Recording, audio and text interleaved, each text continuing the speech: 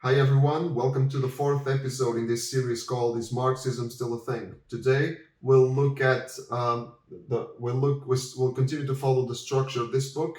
This one is in Portuguese, but there's an English ebook version which you can purchase via the links in the comments, in the description, or in the bio if you're viewing this on Instagram.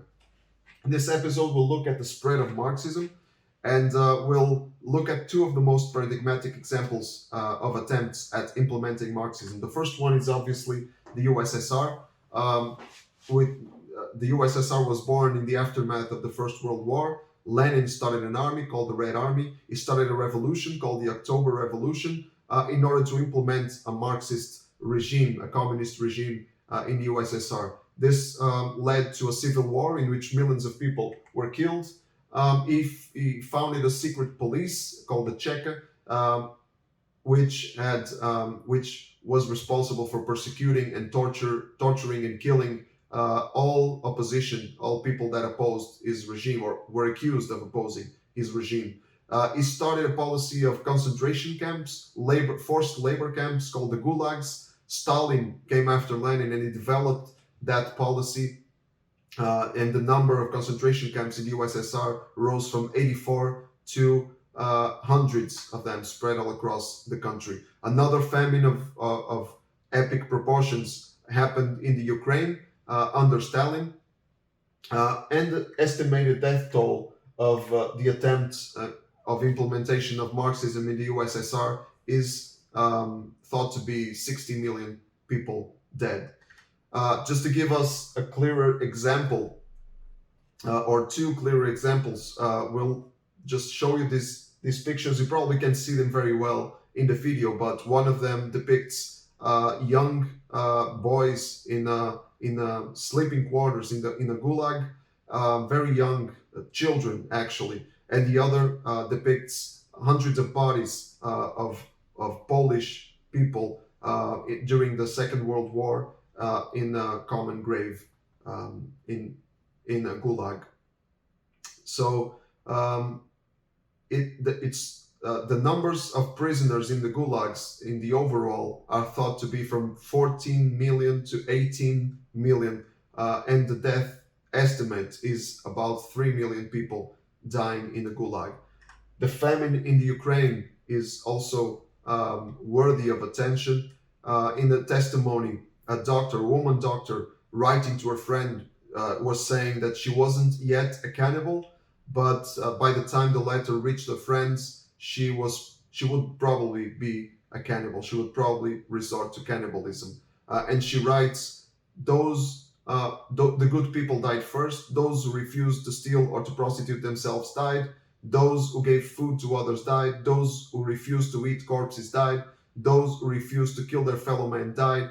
Parents who resisted cannibalism died before their children did. Just to give us a taste of the genocides happening under this regime, this communist regime in Russia. The other example is China, of course, the only communist superpower that holds until today. Mao Zedong, he developed two programs of the government. One of them, the Great Leap Forward, consisted in trying to industrialize in record time a nation that was mainly built on agricultural family farming. So millions of farmers were directed to industry, which resulted in a rupture in the production and distribution of agricultural products, resulting in turn in a widespread famine, which killed millions of people. The Cultural Revolution was a program of persecution and execution of dissidents of the regime. Hundreds of people were executed in the streets daily. The estimated death toll of China's communist totalitarian regime trying to implement Marxism is 80 million people dead.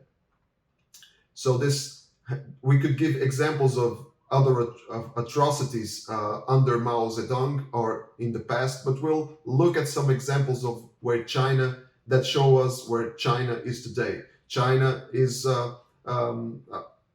basically a capitalist economy, but maintains a communist totalitarian regime, which is very successful at squashing all opposition. One group that is particularly targeted today in China is Christians.